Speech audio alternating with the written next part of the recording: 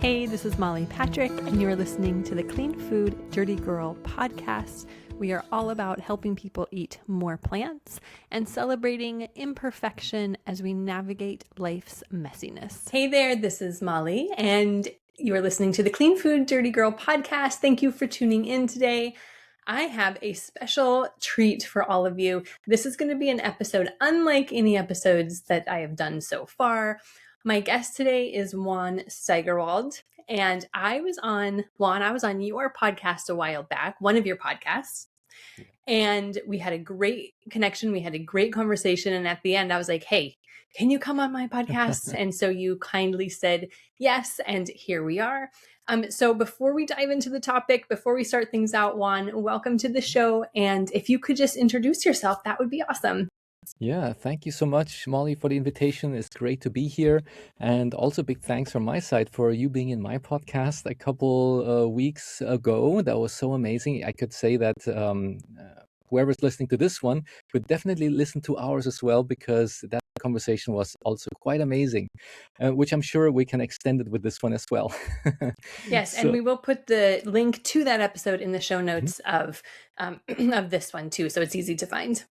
Fantastic. And well, so to my side, to put it in a nutshell, I know a lot of people wonder how come that combination of a Spanish-looking name with a very German-looking name. So yeah, so that's my background was quite international. So I was born in South America. I was born in Venezuela. I grew up with my grandfather, who's from Germany, and with my grandmother, who's from Hong Kong. And I went to an international school. So I just grew up with all these different cultures, and it was quite amazing because it really helped me later throughout my life when I started going into the corporate world to understand how do different cultures work and how to make myself understood if I'm speaking to somebody from let's say from Asia compared to somebody who's coming from South America or somebody who's coming from Europe. It was somehow much easier to communicate with them and to get my point across and try to find a consensus in the work that we were doing in the corporate world. So that's a bit my background, where I come from. And I worked a few years for American Express. Then later on, during my time at American Express, I went into project management, into lean management, Six Sigma, all that kind of stuff that it has to do with improving business excellence in a company. And after that, I was working as a consultant for 4 years. And then I went to a French bank, and I was 13 years as their chief quality officer, where I had teams in different parts of the world, and we were also rolling out business excellence program. And then now, since 6 years, I have my own company based in Spain, and I am also doing process management and project management for my clients. But what I'm very proud about is our portfolio for helping companies to do their sustainability projects, because many times they know that they have to achieve a certain target by the year 2030, but they have no clue how to get there. So I usually help them in order to get to that target. And but then we also do other projects that have to do with health for employees, health for people who are also not in the corporate world, how to be happier in their life, how to be more sustainable for our planet. So therefore, I do have a lot of different directions where I try to help individuals. So if somebody would ask me, so put it in a nutshell, what is it that you actually do? I would say I support people in their transformation. Yeah, so it could be in the transformation either at work. So how to become maybe the leaders for tomorrow, if they would like that type of transformation, or if they would say, I would like to be healthier, and I say, okay, let's transform to be healthier. Or if they say, I want to be more abundant, and say, okay, what is abundance? What is your definition for abundance? Then let's try to get that transformation towards that target. So that's, I think, the cool thing, that if they just would ask me, I would say, well, I just help you transform in different directions or in different goals that you like in your life. Yeah. Okay, yeah, I really wanted to talk with you more because I was very intrigued with your background. It's very global.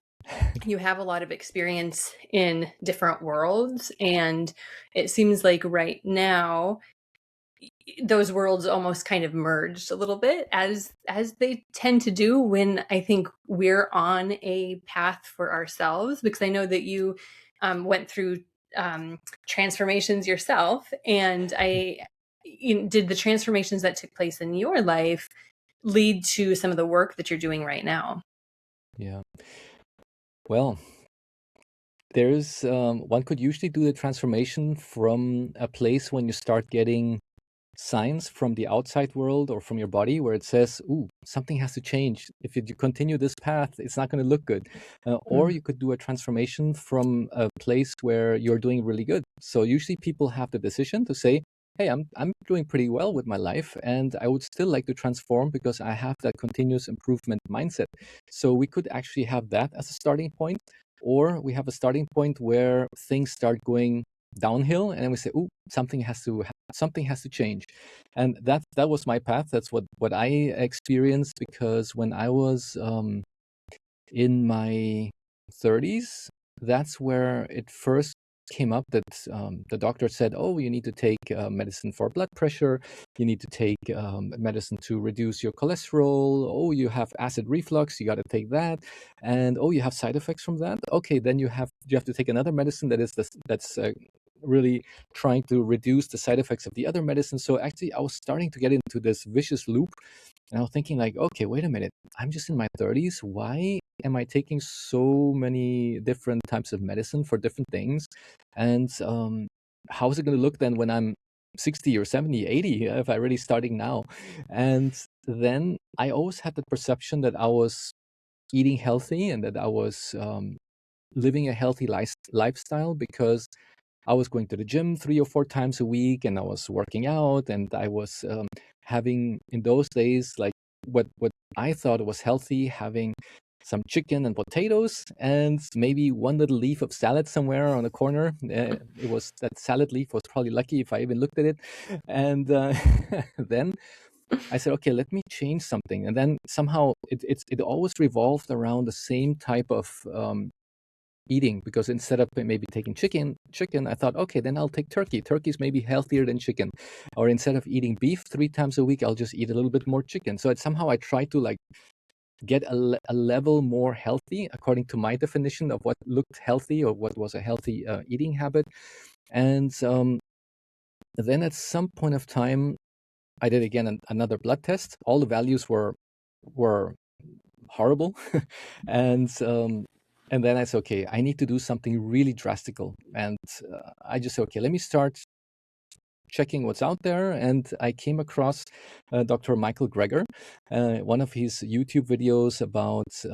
I think he did that video where he did a summary of the whole year to see what are the top things that leads to death in the world, and therefore he would drill down in each one of those and what's the root cause.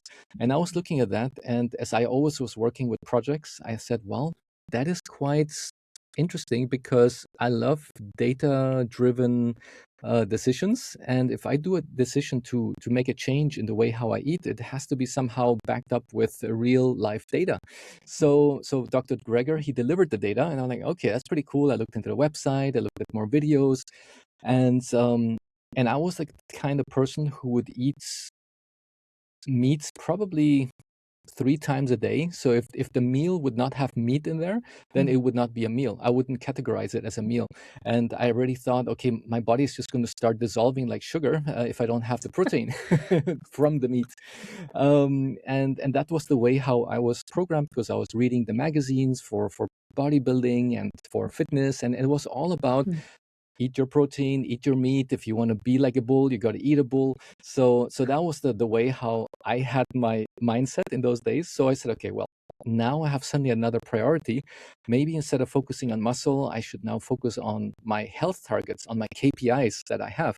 So these are my key performance indicators. And I then told my wife, well, I'm going to try going plant-based, and we're going to do a pilot phase for 3 months, and then I'll do a blood test and see, just to see what happens. And she said, okay, good. So when are we going to start? And I said, well, I'll start tonight. And she said, well, tonight, but we still have like meat in the fridge and we still got stuff that I said, nope, I'm just going to go cold turkey. I'm just going to do it from one day to the next. If you want, you can give all the stuff we have in the fridge. You can give it to the neighbor or something, but I'm just going to start today, plant-based. And I just really want to then collect data and see what was the before and after results after my pilot phase is over. I just saw it like a project, and I didn't see it like something like I'm going to be deprived from something. I didn't see it like I just saw it as a project, and I just wanted to collect data. I was like a scientist. I just wanted to figure out, what can I do in order to turn and to twitch certain things that I'm doing, and what type of effect that has. What's the root cause of certain things? So my wife was like, oh my gosh, that's amazing. So what are we gonna do now? So what are we gonna what? Because she's usually the person who cooks at home, and I'm usually the one who cleans up everything after the cooking. So she's like, okay, she needs to start looking into the internet. She needs to look into some books to see what is she going to cook here, because we wanted to somehow have it a healthier plant-based diet. We didn't want to do it the wrong way. So to make the long story short, 3 months later, I did the blood test, and my doctor was like, wow, what type of medication are you taking now? And I'm like, well, at the moment, I'm not taking anything. And he's like, wow, your blood values are amazing. They're like, never before. And they've been so good. And he said that it was like, just like a teenager. So he was really amazed about that. And he said, look, whatever you're doing, continue doing that. And I said, okay, well, I did this plant-based thing. Looks like it's working well, but I'm really scared of getting deficiency. What happens if we become deficient in something? So let me just, in my extension of my pilot phase, what about if I then do the blood test maybe every 3 months, just to be on the safe side? I don't want to maybe fall apart here. So then every 3 months I was doing my blood test, and then everything was just as good. It was always getting even better. Even my allergies, I had allergies before, like when the summer would be coming, and the springtime would, everything would start blossoming, the trees and flowers, and I would just be sneezing, and my eyes would just be watering, and I also had to take medicine for these allergies that I had, and I even had a nut allergy. I couldn't eat nuts at that time, and all of that just disappeared. And I was thinking like, wow, then when the springtime came, I was probably 50 to 60% better than before. And then I said, okay, if this is already so good this summer, what's going to be next summer? So therefore, again, to fast forward, I extended my pilot phase. I said, okay, this is looking pretty good. All the blood tests every 3 months are amazing. And I don't need any more medicine for blood pressure, no more for cholesterol. Everything was just in range. And then came the next summer, and I was like, 80% all my allergies was gone, so I did not need any more allergy medicine either. And then fast forward another year, and then I was like 95% gone with my allergies. And and today I don't have any allergies, and no nut allergies or from flowers or pollen or any of that. And I don't do any more every 3 months blood tests. Now I just do it once a year, because I noticed that after a couple of intervals that I do, like just like in projects, if you already know that everything is running in a controlled way, then you can start extending your control points, and therefore my control point is just now once every 12 months, just to see if everything is fine. But so far, since the last 10 years, everything is doing really good. And in a couple of weeks, I'll be turning 50, and I got to say that I feel like I don't even think when I was a teenager, I feel as energetic and as good as I feel today, because the mental focus and the sharpness that I feel when I think or when I work throughout the day, I don't have those dipping points, and I don't feel tired in middle of the day. Also, the way how my body feels when I work out, it's amazing. I recuperate much faster than when I was than before, and even the way how I think, yeah, everything, just the way how I sleep, and also the other thing which I wanted to mention is that I love to eat. I love to eat a lot of food, because I'm a food lover. So I eat 6 times a day, and the cool thing is that before and after becoming plant-based, I still eating 6 times a day, and I'm still eating a large plate. So I usually eat like a big plate, like a pizza plate of food. But the nice thing is that within a couple of months, all of the excess weight that I had was just going down, down, down. And then I went like from I'm not so sure in pounds, but in kilos, in kilograms, it was like 92, 93 kilos. That was like the weight I had in those days. And then it's about 6 months later, I was somewhere, let me think, that was then 6 months later, I was at 82. So I went down 10 kilos. And then about a year later, I went down another 10 kilos. So now I'm at 72 and it stayed there. So I just suddenly got like my ideal body weight, yeah, according to my height. And I'm thinking like, wow, this is amazing. I'm still eating 6 times a day. I'm still eating huge portions and I do not go up or down with my weight. And it's just, and my blood values are great. So that was the summary of my experience of my pilot phase of going plant-based, that it became then just part of my lifestyle. Amazing. Thank you for sharing that. And, what I love about this is that you really went into it with curiosity.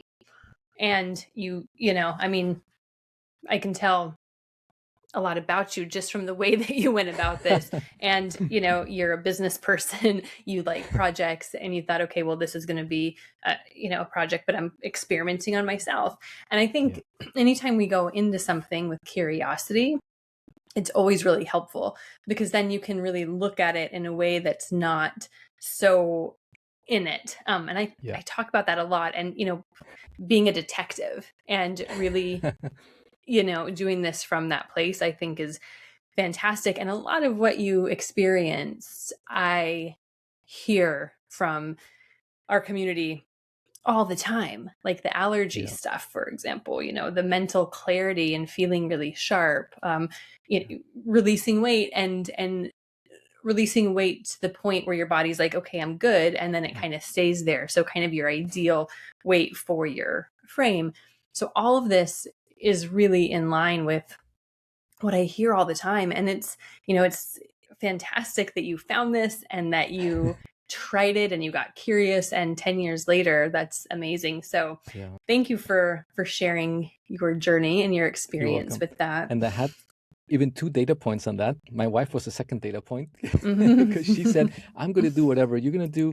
We do this together. And of course, that helps a lot if you have a partner who will support you in that decision to do this experiment. And she had exactly the same results as I did. She also lost the weight. She has so much more energy today than before. And she also had this condition, which is called Hashimoto, which is the thyroid underfunction. And the doctors also said, oh, you got to take hormones for the rest of your life. Yeah. And she was able to overcome that by being plant-based as well. So she didn't have to take any hormones at the end. So it was a really, for the two of us, it was just an amazing experience, an amazing experiment, and an amazing outcome. Fabulous. I love it. I love it. And to think, I just think so many people don't realize the power of, what you put on the plate and how that can change your whole life, and your health. And, if we're not healthy and if we're not feeling good, we're going to miss out on life. And so fabulous. Well, I'd love to hear that. I want to go now in this other direction, but I'm really glad that you set the stage with that story so people can understand a little bit more about you. And I want to talk about manifestation. And I've never covered this on the podcast before. And so I would love to dive in with you, because I know that you are, you dabble in that world and you have some experience with that. And so I really want to talk about manifestation. And I just want to start with that. Like, I just want to give you that word and I want you to run with it and open up that beautiful mind of yours and share what you have about manifestation. Hey there, we're going to take a real quick pause and I'm going to ask you this. Are you tired of doing mental gymnastics when it comes to dinner? And would it totally light you up if you had a constant flow of healthy, delicious, plant-powered meals without the stress of planning or crossing your fingers that it's going to be yummy? That's exactly why we created our Clean Food Dirty Girl Meal Plan Club.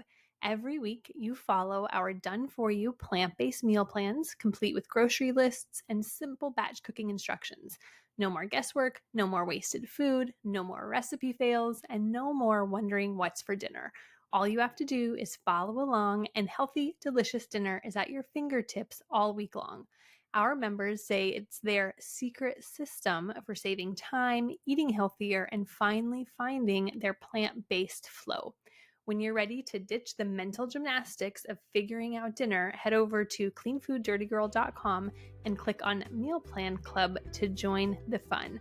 Okay, now back to our awesome episode. Yeah, fantastic. Thank you so much for that question. And it's really funny because I never really knew that there was the word manifestation. It was just, for me, what things were happening. I was doing them very intuitively. And then later I just found out in life, I was like, oh, okay, that's called manifestation. I thought that was like just a coincidence that certain things were happening in my life. But then I just figured it out that it was actually a manifestation, and I really was the creator of that manifestation. And just to give you an example, when I started off in the corporate world, I was always a very good observer, and I always like observing like people, how they work, and like my coworkers. And that time when I started as an employee in the bank, and I was observing the middle manager, I was observing the senior manager, and I was thinking to myself, well, how what would I see as my trajectory? How do I see my roadmap here in this organization? And what would I like to do in the future? How many years do I want to do this task today? And then I just answered to myself, well, I actually don't want to do this longer than 1 year, because I would like to become at some point of time a team head. And then I would like to become, well, yeah, I would like to become a department head. Oh, well, yeah, well, actually, I want to become a senior manager. And this one, I actually decided for myself at the first few months when I entered into the corporate world. And I already had that in my mind. So I said, well, I said that to myself without reading any books or without knowing anything about manifestation. I said to myself, well, if I want to be that senior manager, then I should actually be observing more. How do senior managers work? How do they pick up the phone? How do they act in meetings? How do they breathe? How do they walk? How do they answer to people's requests? Yeah, all of these things I just wanted to just absorb, and just to see who could be my role model, who could be like a blueprint, like a template that I could then emulate. Yeah, just to see, well, maybe if I do similar responses like this person did in that meeting, and I could react in that same similar way, then maybe that will get me closer to becoming a senior manager. That's how I thought to myself. So what I did in that situation, for exactly that vision that I had, I said to myself, well, I first want to be like really clear how that end scenario will look like. And I just went into a very nice, easy resting state. And if I would be sitting at home, just having like a nice contemplation about it and to think about my future. And I was thinking, well, what I did not know is that I was lowering my brain waves, because usually if you are in a higher brainwave, you have different brain waves. You got beta, you got alpha, theta, and delta. And so what I was doing, I was going from beta, and I was getting in a very relaxed state and just thinking about my future. So I was going into low range beta, which means like, yeah, you're in a relaxed state, you're a little bit aware. But then I went into alpha state, which just means that your brain waves are more relaxed, and my attention is more in my inner world than in my outer world. Yeah, so I'm not sensing anymore so much with my outer world, like analyzing things with my eyes or listening to things. I was just more just in my inner world, just thinking, so this is me in 10 years as a senior manager. And I was thinking, okay, so how I would be dressed, how would I walk, how would I breathe, how would I think?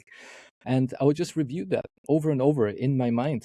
And I did not only see that then in that vision in my mind, I was just like recreating how that would look, but I would also associate the feeling with it. So I say, okay, now not only that do I see myself as that senior manager, but I would also feel what I would be feeling in that moment. So I would start having those sensations like in my body, and I would say, wow, I'm looking at my team in front of me and I'm speaking to them. I'm doing this, I'm leading the team meeting. And how does it feel to lead the team meeting of your team? And then I started feeling these emotions in my heart. I'm like, wow, that feels pretty good. And I was thinking to myself, okay, well, continue doing that, because that's pretty exciting stuff. So I started visualizing more and I started feeling more. And then I just somehow, when I came out of my resting state, and then I just was thinking like, wow, that was a pretty cool thing that I did, and I should do that more often, because it's really making me feel that I'm closer to my future. Yeah, it's somehow I felt that there's not that gap anymore, because I didn't feel like I'm here and my future is 10 years away from me, and there's this big gap in between. I just somehow felt that I'm already there. There is no gap. Where is the gap? I feel it. I can feel it at the moment while I was visualizing all of that. And what I did not know at that time, that I was doing everything what then later on when I was reading books about quantum physics, about neuroscience, about epigenetics, all these things, they can confirm that if you do those techniques, it will actually bring you much faster to that desired vision of the future.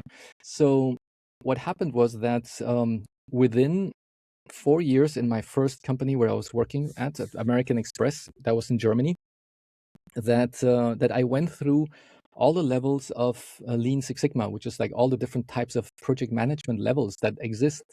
And then one of the other things that I was thinking to myself is like, well, a senior manager also earns quite a lot of money. So I was thinking to myself, well, maybe I need to think, how would it be like to earn that amount of money like a senior manager? So I was thinking, okay, how much could they earn? And then in those days there was no Google, so I somehow had to just find out in other other ways how much does a senior manager earn. And I was thinking like, wow, that's like that's like 3 to 4 times more than I'm earning today. Actually 4 times more at that time. And then I was thinking to myself, well, how do I get there? How do I get my salary to jump 4 times more? It seems so impossible. And but then I was visualizing about that. I was asking that open question to say, how would it be like? Yeah. So this is a very, very good thing for anybody who wants to have the right answers come to you. Just ask open questions and ask yourself, how would it be like to be a great leader? How would it be like to have a salary 4 times more than I have today? How would it be like to be a great parent? How would it be like to be a great friend or a great son or daughter? So if you ask yourself those questions and you ask yourself those right questions, then you start getting those answers, because your neocortex, your brain, starts putting together all types of associations of all things that you have learned in your life, and it will start reconstructing the answer for you. Sometimes the answer will come from the experiences that you've had in your life, and sometimes these answers will come maybe from source, maybe from a different level. Some people call it the divine, others call it the source, others call it maybe God. So there's so many different names. So sometimes you could get either the answer from source, or you just gather the answer yourself, because you maybe read a book about management, or you read a book about how to become a good leader, and then somewhere in your brain you have stored that as information, and but then you start applying that information into your real life. And then I say, okay, I read about that point, how to lead a good meeting, so let me try that today. Let me see if I can do that today.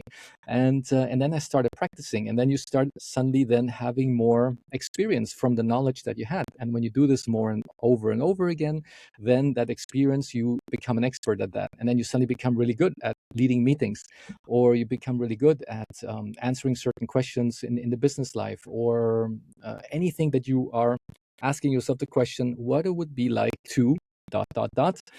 And so for me at that time would be what it would be like to be a senior manager, and what it would be like to have a much bigger salary than I have today. And then 4 years later, that's where I was in a meeting, and people were asking me, what are you doing here in this meeting? Aren't you like super young? Didn't you just like start in this company a couple of years ago? And I'm like, I don't know. I just here. I don't know how that happened. So for me, that was like, it was a coincidence that I had that contact with that person, or it was a coincidence that that project that I did had such great results, and that's why I got sent to the US in order to do further projects. So for me, it was like, okay, what a great coincidence that I spoke to that person in that point of time. But in reality, it was just I was just manifesting all of the things that I was visualizing, and the universe was somehow just reconstructing it in such a way to say, okay, for him to reach to that vision of the future, this and this needs to happen. And that's the cool thing that I found out, that I know today, that you do not need to always know exactly what's the path to get there. You don't need to know, how do I become a senior manager, or how many projects do I need to do, how many hours do I need to study, or none of that you need to know. You just need to know, what is your end goal, what is your end vision that you would like to achieve. You need to feel it. You need to know that I can feel it in my emotional level. I can feel it in my heart. And then something will happen around you that you are going to start getting towards that. Some serendipity, some coincidences will happen. And that's what happened then to me with the career path that I had. I went then later on, as I mentioned earlier, in a consulting scene, and after that I became chief quality officer.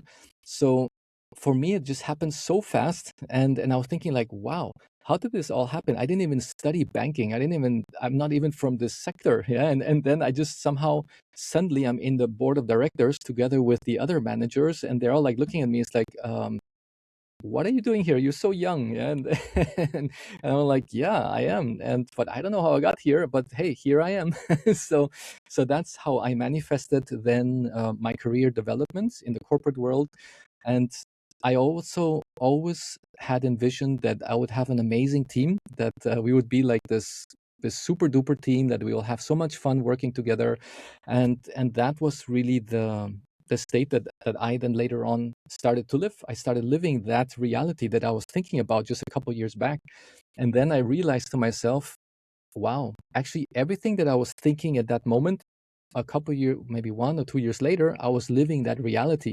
And for example, now I'm living here in Spain, and a few years back, I was thinking to myself, well, how could I improve my life? How could I make it even better and more exciting? And I said, well, maybe if I would not, I don't like really winter. I don't like cold weather. So how could I just improve that? So I said, okay, let me start thinking about my future life with my family. And I started just visualizing palm trees. I started visualizing a beach. Then I started visualizing always lots of sunshine, a blue sky, a great job, and exciting job for me. Also, I said, okay, I always need to feel that I'm developing in my job.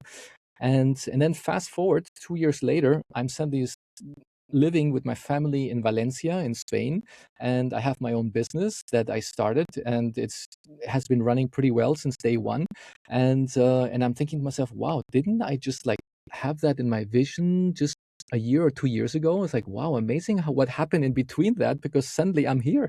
Yeah. And it's really sometimes just those coincidences that happen. And then I found out later what is the real uh, trick to that, to manifest. And there are two things. One, what I noticed is that as I did this in a very early stage in my life, I noticed that the manifestations were there. I could see the manifestations, but then as soon as I turned plant-based, and somehow if you speak like with spiritual people, or when you speak about like your everything in this world is vibration. Yeah, so everything vibrates, and this is not, you don't have to be spiritual to know that everything vibrates. This is in quantum physics. Yeah, one can see that everything, even the solid things, has a specific vibration. It's a very low vibration, but they vibrate, and we vibrate as well. The only reason that we don't see things vibrate is because we are vibrating as well. So that's why we see them as constant in front of us.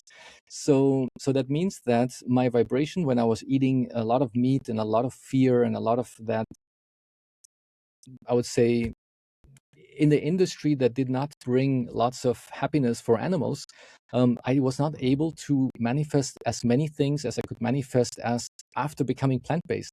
And that I only found out later when I start putting, like, connecting the dots. Yeah, because I love collecting data. I love just writing down things and just seeing if I can find correlations between things. And I found out that my manifestations after becoming plant-based were so, I would say they were like in a boost form. Yeah, I became plant-based, and whatever I started putting out there in my vision, it started manifesting much, much quicker than before. And I'm thinking like, wow, before that kind of manifestation would have taken me twice as long, maybe 3 times as long. But now it's coming even faster. And that was one of the things that later I found out that I was vibrating at a higher level. So that means that I was not causing too much damage to Pachamama, to our planet Earth. I was being very kind to our planet Earth. I was being kinder to the animals on this planet.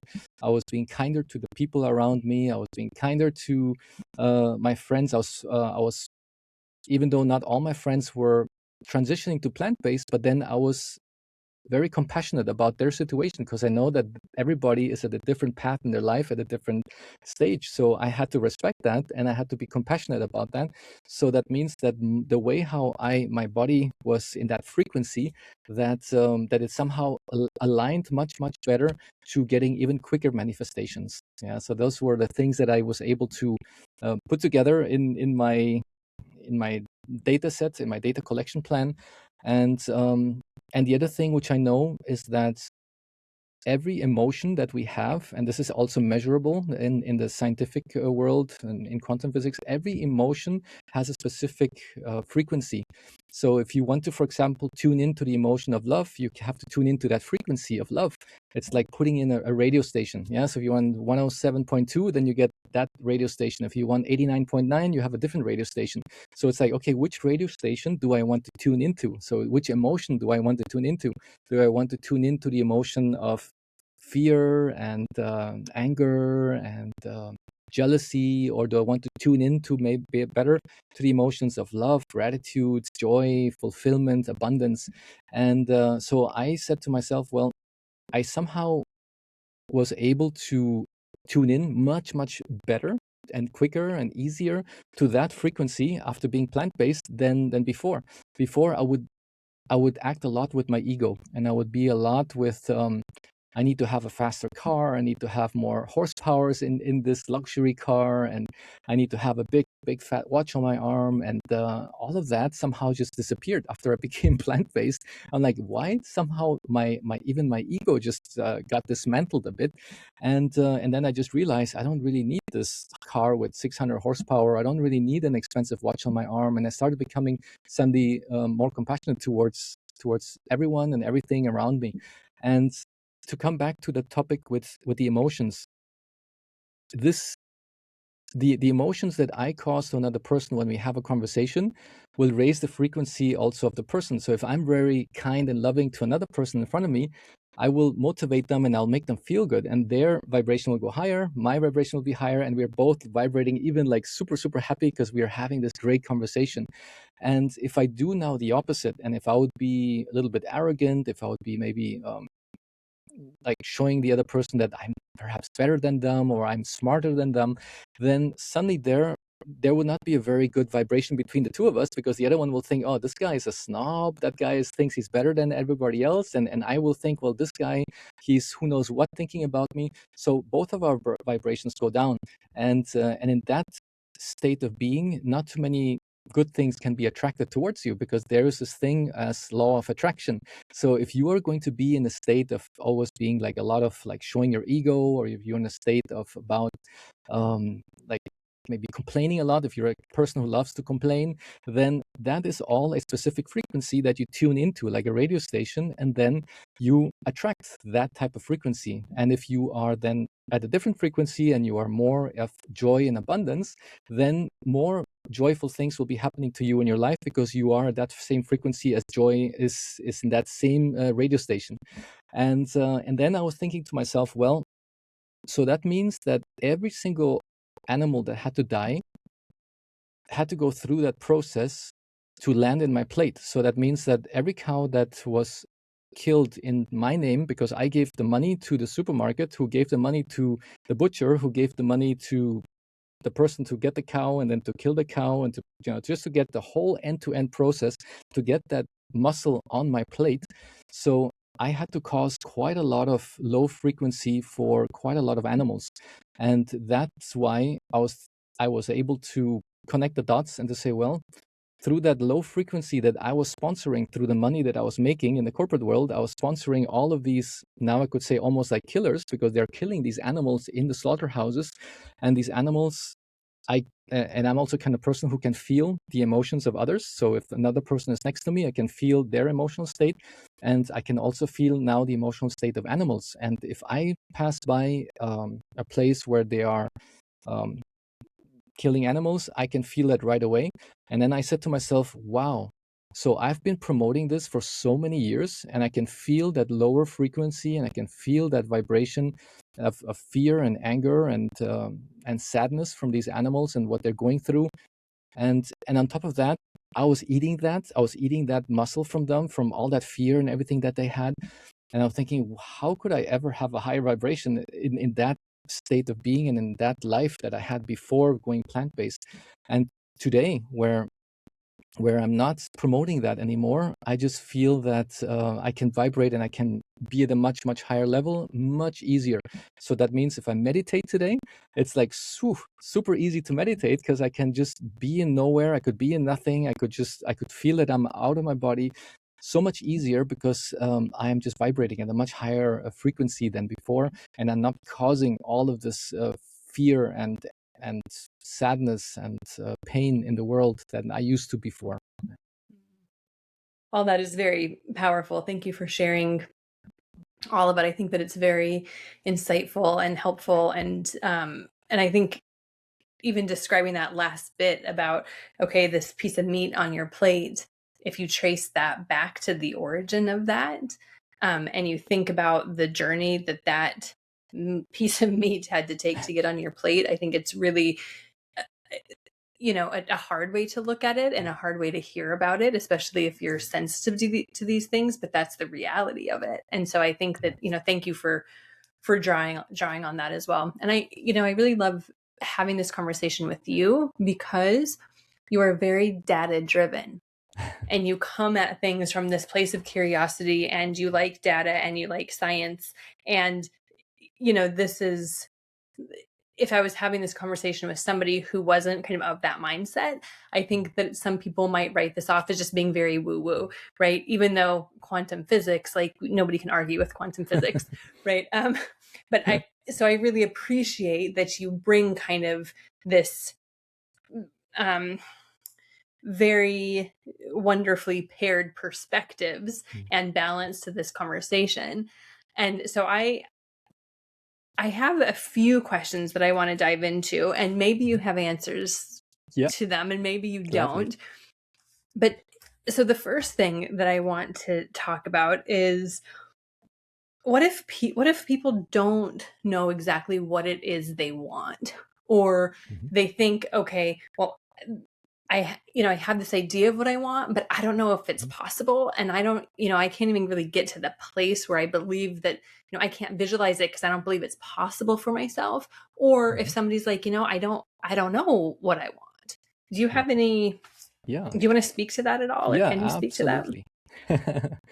Yeah, the best thing when I ask a person, what is it really that you want, and they do not know how to answer that, is I think for them it's probably much easier to answer, what is it that they do not want? Yeah, what is it that they do not like? So just ask them, hey, what is it that you do not like currently about your life, or about your job, or about your relationship? Yeah, and then people, because they somehow tend to be more in the mindset of complaining, and they always know about all the things that are painful, but they do not really think about too much about the things that could cause them to bring lots of joy in their life.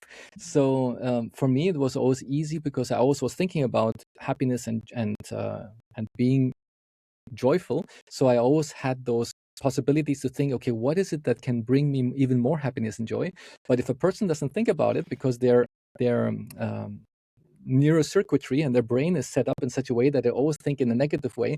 So then I would just help them out and say, okay, look, let me help you. Let's use that circuitry that you have, and let's look at all the things that you complain about, all the things that you don't like about your life. Just tell me about it. Just tell me, and we'll write it down. We can do some brainstorming. And then it's like, whoa, it's like this big list, big piece of paper with all the things. And they're so happy telling you about all the things that they can complain about. And it doesn't even have to be a complaint. It could just be about, things that really don't make make them happy, or things that they see that could be better, and oh, look at this and look at that. And then I say, hey, look, that's an amazing list. Yeah. So now let's take the reverse of that. So what would be the opposite of all these things that you just mentioned? Yeah. So sometimes it comes to a list of 20, 30, 40 things. And then you say, okay, what could be the opposite of this thing? What could be the opposite of that thing? And then they're like realizing like, oh my gosh, yeah, I could. And then at the end of that exercise, they would have 40 things that they could see as a positive thing that they could do for the future.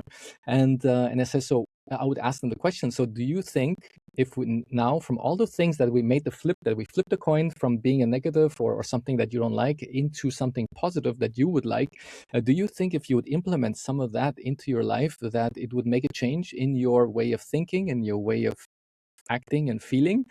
And mm, almost always 100% they would say yes, I think so, that will make me feel much better. So that's one of the techniques that I usually use to as an advice. Yeah, if somebody is not used to it, to think in a good way, positive way, then we usually take that route first and say, okay, tell me about what you usually like talking about that it does not work so well in your life. Yeah, so that's one way. The other way is that I would tell them just to give me the ideal scenario without going too much into detail. So I think sometimes people get lost in the detail. So they say, well, I do not know how my ideal job is going to look like. And if we're going to stick, let's say now for the topic career. So they say, well, I don't know really. Do I want to work for the auto industry, or do I want to work for insurance or banking or real estate? I have no clue. But I say, okay, don't get too lost in detail. Just think about what type of emotions do you want to feel when you are working in that future job that you have. And then they say, well, I would like to feel happy. And say, okay, good. So you should feel happy. What else do you want to feel? And then they would say, well, maybe fulfillment, because I would like that my job would make me feel that I'm actually making a change for the world and for myself and for communities. And I say, okay, that's pretty interesting. What else do you want to feel? Yeah. And then they would say, well, I would like to also feel that security. I would like to know that it's a secure job. Say, okay, pretty good. Anything else you would like to feel? And no, okay, that should be about it. Say, okay, so you have at least a couple of feelings that you've written down, and that's really good to have. What about like working hours? Is there anything like you say? Yeah, maybe working hours. It should be maybe flexible. But say, yeah, but how flexible? Yeah, you don't have to tell me exactly by the hour, but just roundabout. Yeah, just to have an idea. And I say, well, at least once or two times a day, a week in home office, and the rest I could be in the office, for example. Or maybe you say, well, do you would like to travel or not travel? Yeah, so they say, okay, maybe travel a bit. So we just give like just a couple of very high level things, and you say, okay, now we're going to start doing your manifestation process on those high level things. The details will later on evolve by themselves. Yeah. And then you will be surprised what actually came out of that very high level manifestation process. That, for example, I would just say, okay, now visualize yourself for those words that you wrote down, how you want to feel. Okay, I want to feel secure. So, okay, so what do you visualize when you want security? I say, okay, it's a job where I know I have a fixed contract, and the contract will be for the next 2 or 3 years, and it will be prolonged every 3 years. And say, okay, that's a security, very well. So visualize that. What would you like to have the symbol of a contract? And so the contract could be maybe the symbol of a piece of paper with a stamp on it. I say, okay, take that as a symbol. We can take that as a representation of security. What else? And they say, okay, it should make me feel fulfillment, that I'm doing something for the society. And it's okay, what symbol do you give that? And then they will say, okay, that could be the symbol of maybe people holding hands. Yeah, so something for the community. I say, okay, then hold that symbol there. So at the end we would have then a piece of paper where they would have a couple of symbols. Yeah, they would have maybe the people holding hands, then they would have the symbol of the paper with a stamp on it, that's for the security. So they have a couple of, let's say, 3 or 4 things that they know exactly what is that representation, what is it supposed to represent for me, for my future career. And then I would tell them, okay, now start to calm down. So just find a place. Many people would call it meditation. For people who would not want to make it sound very woo-woo, we could say do some mental rehearsal, yeah, or just relax, yeah. Mental And rehearsal, I like that. yeah, so you could do some mental rehearsal on those symbols that you wrote down. So, okay, now start with symbol number 1, with the contract with that stamp on it. So think about how would that be? And so they would just visualize that a bit. They would see that symbol, and they would feeling, and I would ask them, please try to feel it in your heart, try to feel it in your body. How does it feel like to be secure? Yeah, it's the opposite how you feel when you maybe in your previous job. So just try to, when in your life did you feel secure? And they say, well, I felt secure when I was a child, and when my mom was hugging me. I say, okay, can you go back with your mind, with your memory, to that point of time? And they would be like, yeah, I could. Yeah. So, okay, do you feel it? Do you feel that security right now in your body? And they say, yeah, I can feel it now. I say, okay, then now lock it in. Yeah, hold that feeling. And now close your eyes and start visualizing on that symbol, and visualize your future job. It has security. So now you have that feeling that you just accessed through your memory that you had when you were being hugged by your mom. And now you have that feeling, and you're linking it to that symbol. So now you can even raise that feeling even more intensively, and you can work on that so that you can feel it and you can see it. Yeah. So this is the formula that I always have experienced in manifestation, because the vision in your mind, that is the direction. It's like putting a GPS coordinate. What is it that you want to manifest?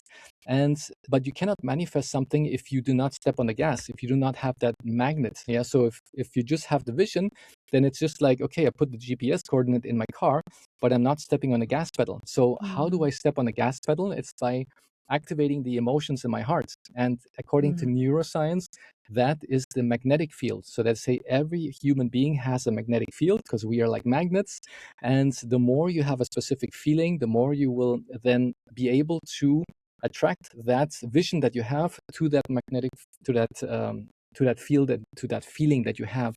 So that means that it will happen at some point of time, that manifestation, pretty quickly, compared to when you do not do that exercise.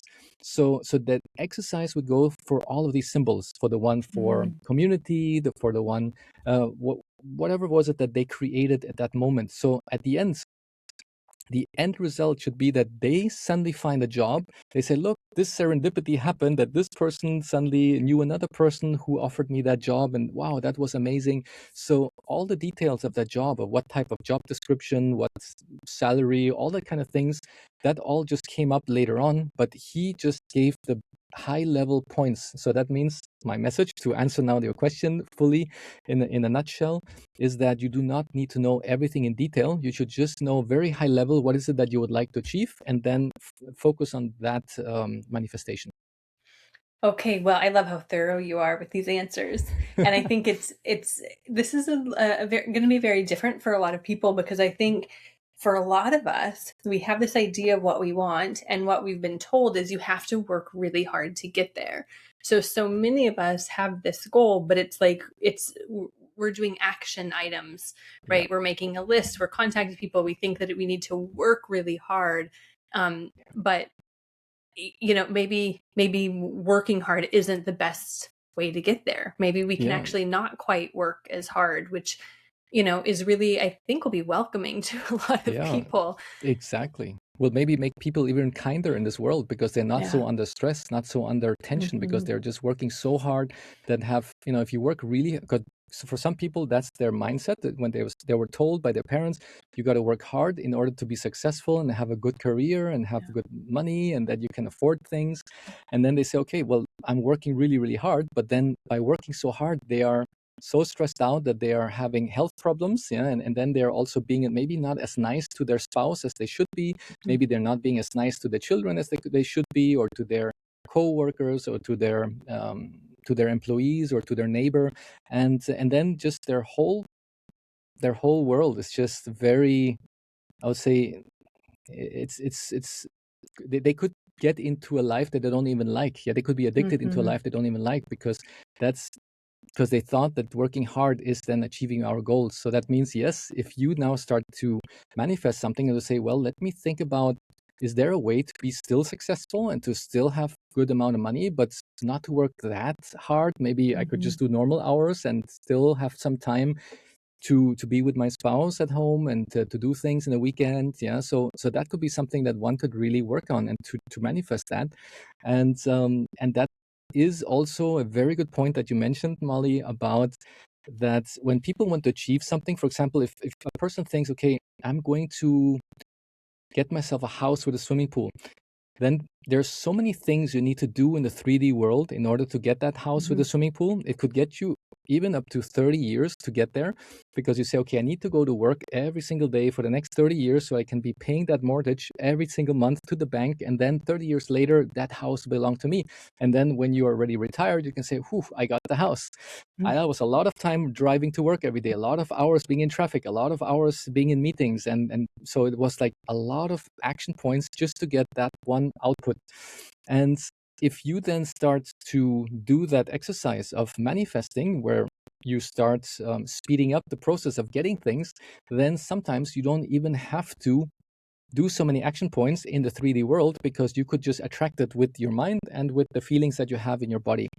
And as an example, I thought to myself when I started my company the first time, I thought that it might take 1 to 2 years until I get good income in my company, because normally what I hear when people start the business, it takes 1 to 2 years to start really flourishing and to get a good income.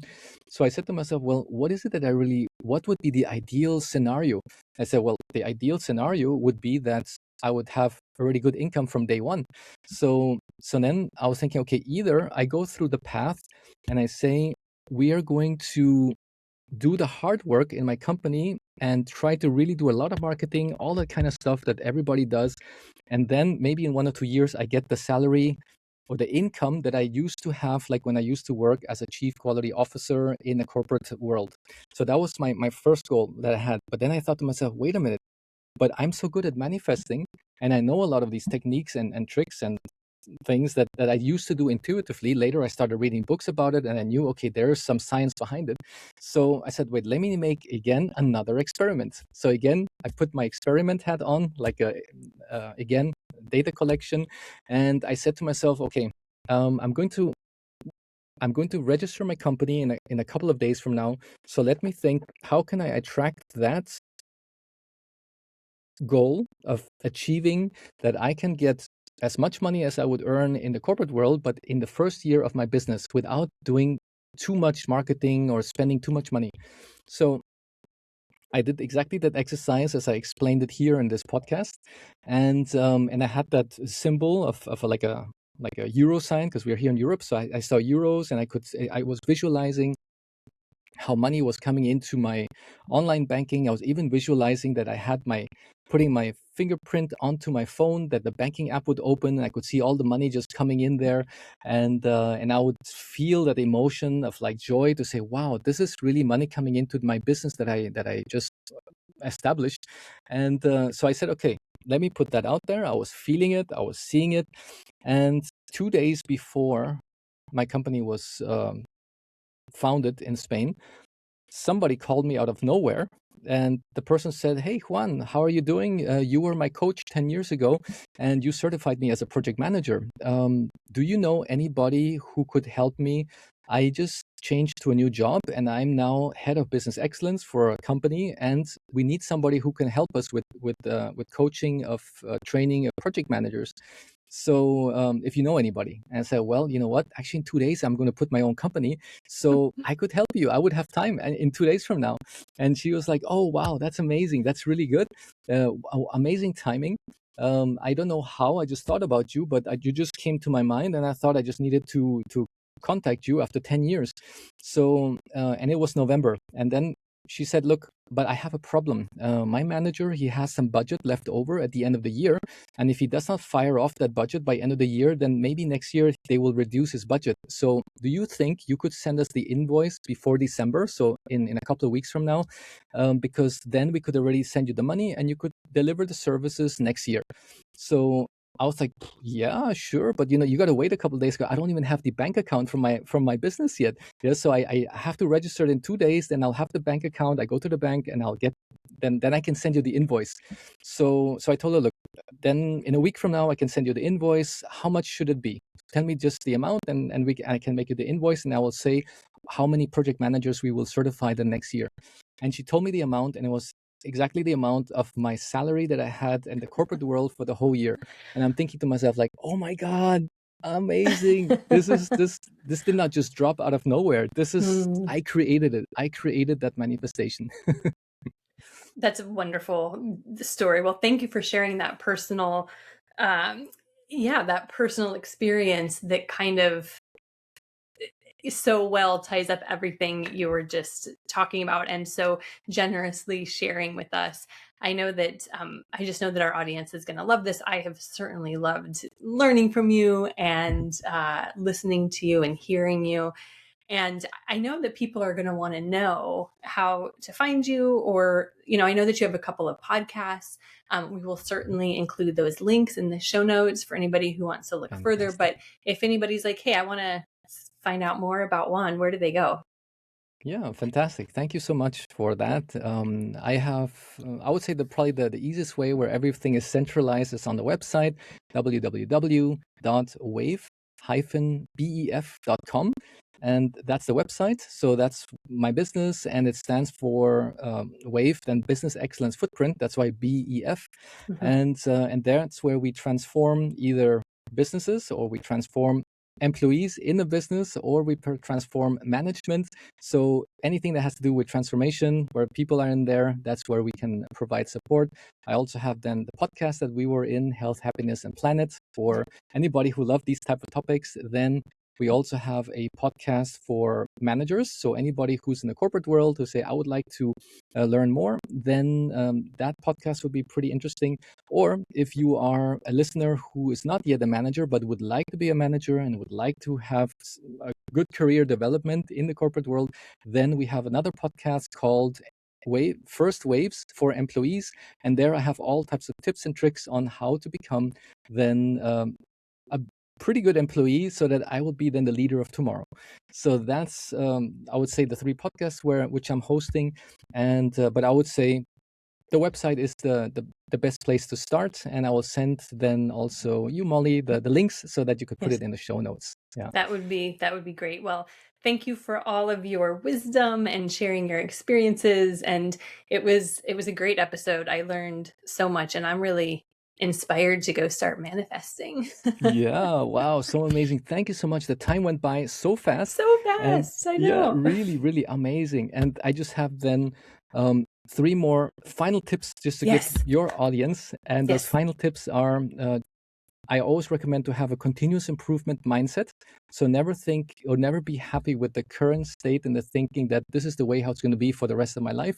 Yeah, you always have to think about, where can I always do better? How can I be better at my job? How can I be maybe next year or this year better at my hobby, or with how can I be a better parent, or how can I be a better son or daughter or a friend? Yeah, so there's so many hats that we have throughout the day. Yeah, that we have to switch. Yeah, that now I'm an employee, now I'm a manager, now I'm my son, now I'm this. So therefore, always try to do better in any of these areas in your life. And the other thing which is really good, number 2, would be metacognition. That's a word where you can look at yourself from a 3D perspective. So like if you would be in a helicopter view and you're looking at yourself from the top, and you can just observe yourself. How do I think? How do I act? And how do I feel throughout the day? And by observing yourself, then that's where you can start then realizing things and say, oh my God, that's what's going through my head, or oh, that's what I usually do. But you can only achieve that if you have that metacognition, when you look at yourself from a third eye perspective, like a bird's eye view. And that's something that I would always recommend people to work on and to practice on as many times as you can. And the last thing, number 3, is to always tune in to your emotional state. Where are you at the moment with your emotional state? Am I right now happy? Am I right now neutral? Or am I sad? And have it like a dashboard. Like when you're driving a car and everything is in check, you say, okay, fuel tank is good, temperature is good, everything, I'm at the right speed, the right revolution. So you have your dashboard.